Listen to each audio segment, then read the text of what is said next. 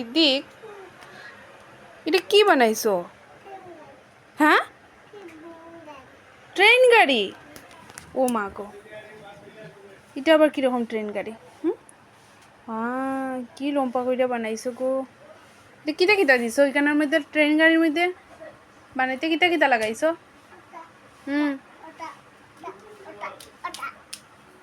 আচ্ছা আচ্ছা, খুব সুন্দর হয়েছে ট্রেন গাড়ি। তোমার ট্রেন গাড়ি লইয়া কই যাইবা?